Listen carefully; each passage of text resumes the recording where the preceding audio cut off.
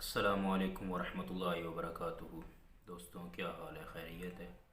میں امید کرتا ہوں آپ سب خیریت سے ہوں گے، ٹھیک ہوں گے۔ اچھا دوستوں، ایک مسئلہ ہے عقیدہ حیات النبی۔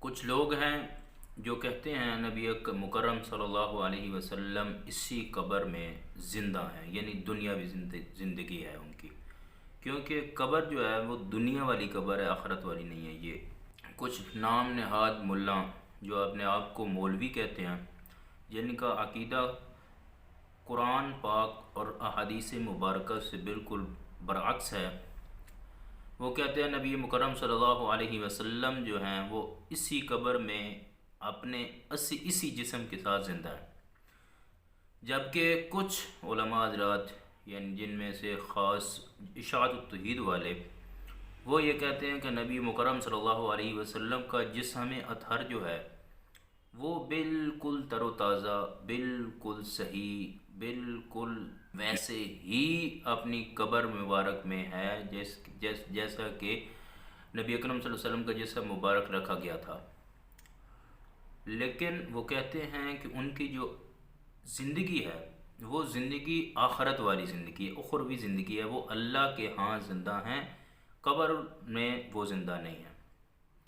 اس کی بہت ساری دلیلیں قرآن پاک سے بھی ہیں، اور کچھ دلیلیں جو قرآن پاک سے ہیں وہ بھی میں آپ کے سامنے رکھوں گا، وہ بھی آپ ضرور دیکھیے گا۔ قرآن پاک کا میں ترجمہ بھی اور سارا یہ میں انشاءاللہ بھی آپ کو بتاتا ہوں۔ اور دوسرا یہ کہ ویسے تو مولانا منظور مینگل صاحب ہیں، مفتی طارق مسعود صاحب ہیں، اور سید عبدالمجید ندیم شاہ صاحب ہیں، جو مطلب یہ ہے کہ سوشل میڈیا پہ جن کی ابھی آپ کو ویڈیوز وغیرہ مل سکتی ہیں۔ ویسے تو کافی علماء ہیں، کتابیں پڑھی ہیں، جتنے بھی دیوبند کے عالم تھے ان سب کا عقیدہ الحمدللہ یہی تھا جو اشاعت التوحید کا ہے۔ تو باقیوں کا آپ کو ویسے سوشل میڈیا کا دور ہے، آپ کو نیٹ کو مل جائے گا، مفتی طارق مسعود صاحب کا کلپ بھی وہ مل جائے گا جو نبی اکرم صلی اللہ علیہ وسلم کی حیات اخروی کے بارے میں بات کر رہے ہیں، اور مولانا منظور مینگل صاحب کا بھی مل جائے گا، اور اس کے علاوہ مولانا مکی جائز صاحب کا بھی مل جائے گا، اور سید عبدالمجید ندیم شاہ صاحب کا بھی میں خیر وہ کلپ میرے پاس موجود ہے، وہ بھی میں آپ کو سنوا دیتا ہوں۔ یہ اختیار اسی کے پاس ہے نا، چاہے تو چھری بولنے لگے، چاہے تو سنگریزے بولنے لگے، چاہے تو مٹی کے ذرے بولنے لگے، اور نہ چاہے تو 25 سال کا نوجوان نہ بول سکے، گونگا بنا دے اسے۔ یہ سارا اختیار اسی کے پاس ہے، بلوا بھی وہی سکتا ہے، سنوا بھی وہی سکتا ہے، وہ نہ سنائے تو کوئی نہیں سن سکتا۔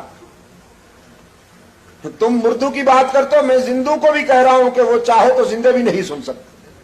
مولوی کہتا ہے نہیں، مردے بھی سنتے۔ مولوی کی کیا بات ہے، یہ مولوی بڑی پیاری ہے، بخیے ادھیڑنے ہیں اس نے دین کے، تو ہے جبہ دستار کی آڑ میں اس نے طے کیا ہے کہ توحید و سنت میں ملاوٹ کرنی ہے، بخیے ادھیڑ کے رکھنے ہیں۔ قرآن کہتا ہے کہ اللہ جسے چاہے سنوائے، اللہ نہ چاہے تو کوئی نہیں سن سکتا۔ اور یہ کیا کہتا ہے؟ مردے بھی سنتے،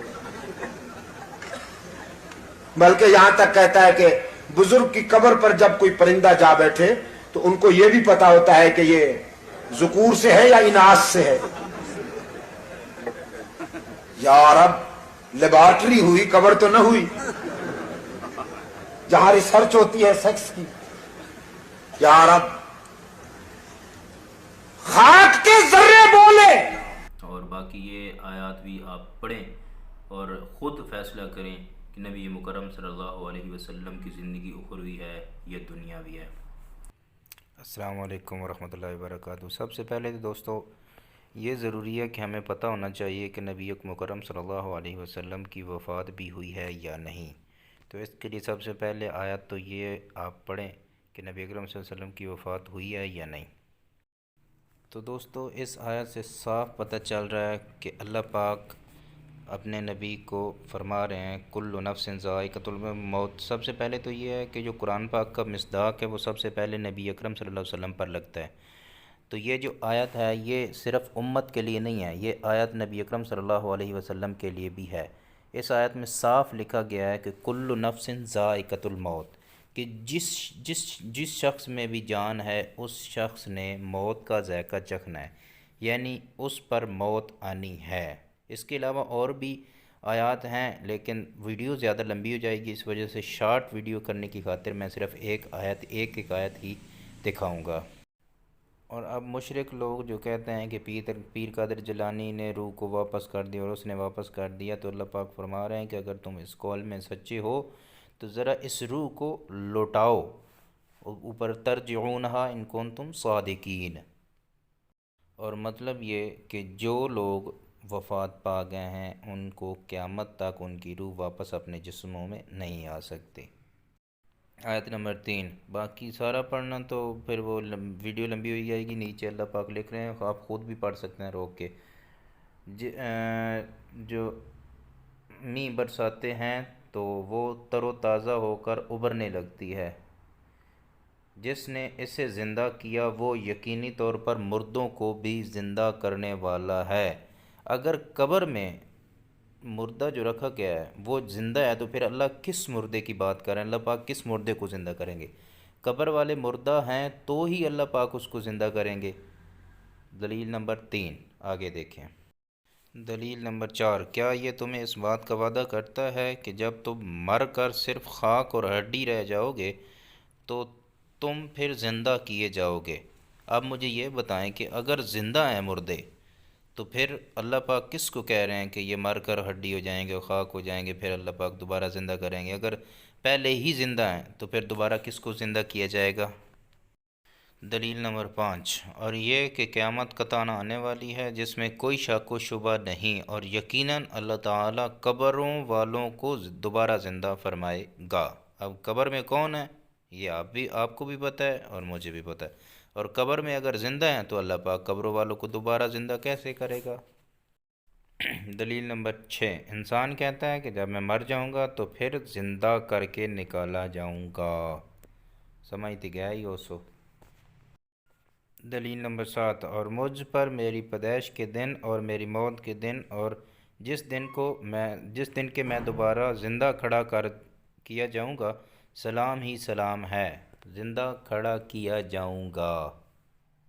دلیل نمبر 8، اور اس نے مجھے ببرکت کیا ہے جہاں بھی میں ہوں، اور اس نے مجھے نماز اور زکوٰۃ کا حکم دیا ہے جب تک بھی میں زندہ ہوں، یعنی زندہ ہونے تک یہ سب کچھ ہے، یعنی کہ ایک دن مرنا ہے۔ دلیل نمبر 9، اور وہ لوگ بڑی سخت قسمیں کھا کھا کر کہتے تھے کہ مردوں کو اللہ تعالیٰ زندہ نہیں کرے گا۔ کیوں نہیں، ضرور زندہ کرے گا، یہ تو اس کا برحق لازمی وعدہ ہے، لیکن اکثر لوگ جانتے نہیں۔ دلیل نمبر 10، اور یہ جو لوگ آج کل کہتے ہیں نا کہ مردے سنتے ہیں، اللہ پاک نے ان کے منہ پہ صحیح تماچا مارا ہے۔ اللہ پاک فرما رہے ہیں مردے ہیں زندہ نہیں، انہیں تو یہ بھی شعور نہیں کہ کب اٹھائے جائیں گے۔ اب بولو جو کہتے ہو کہ اللہ اور مردے قبر والے نفع نقصان دیتے ہیں یا مردے سنتے ہیں، اب بولو اللہ پاک کیا فرما رہے ہیں۔ دلیل نمبر 11، وہی لوگ قبول کرتے ہیں جو سنتے ہیں، اور مردوں کو اللہ زندہ کر کے اٹھائے گا، مردوں کو اللہ زندہ کر کے اٹھائے گا، یعنی کہ وہ مردہ ہیں زندہ نہیں، اور قبول وہی کرتے ہیں جو سنتے ہیں، کیونکہ وہ مردہ ہیں اسی لیے وہ سنتے نہیں۔ دلیل نمبر 12، اب مزہ آئے گا۔ جو لوگ کہتے ہیں نا کہ یہ شہید کے بارے میں یہ دلیل دیتے ہیں کہ اگر شہید زندہ ہیں تو نبی کیسے نہ زندہ ہوئے تھی، اللہ پاک قرآن پاک پر ہمارا میں کہ شہید زندہ ہیں، یہ آدھی آیت پڑھتے ہیں پوری نہیں پڑھتے۔ اور یہاں پڑھو، جو لوگ اللہ کی راہ میں شہید کیے گئے ہیں ان کو ہرگز مردہ نہ سمجھے بلکہ وہ زندہ ہیں اور اپنے رب کے پاس روزیاں دیے جاتے ہیں، مطلب رزق کھاتے ہیں، اللہ پاک ان کو رزق فراہم کرتا ہے اور وہ اللہ کے ہاں زندہ ہیں۔ دلیل نمبر 13، آیت الکرسی سارے پڑھتے ہیں لیکن اس کا ترجمہ کوئی نہیں پڑھتا۔ اللہ لا الہ الا هو الحی القیوم، اور اللہ تعالیٰ وہ ہے جس کے سوا کوئی معبود نہیں، جو زندہ اور سب کا نگہبان ہے، یعنی ان کے اللہ کے علاوہ کوئی ذات بھی زندہ نہیں۔ اچھا دوستو، اب ویڈیو لمبی ہو جائے گی، میرے پاس اور بھی قرآن پاک کی آیات ہیں، وہ انشاءاللہ نیکسٹ ویڈیو میں آپ کو وہ والی آیت اور بتا دوں گا، لہٰذا آج کی ویڈیو یہیں پہ ختم کرتے ہیں۔ اگر ویڈیو اچھی لگے تو میرے چینل کو ضرور سبسکرائب کر دیں، ویڈیو کو شیئر ضرور کیا کریں اور لائک بھی کیا کریں۔ جزاکم اللہ و احسن الجزاک، اور بیل آئیکن ضرور کر دیں تاکہ ہر آنے والی ویڈیو کا نوٹیفیکیشن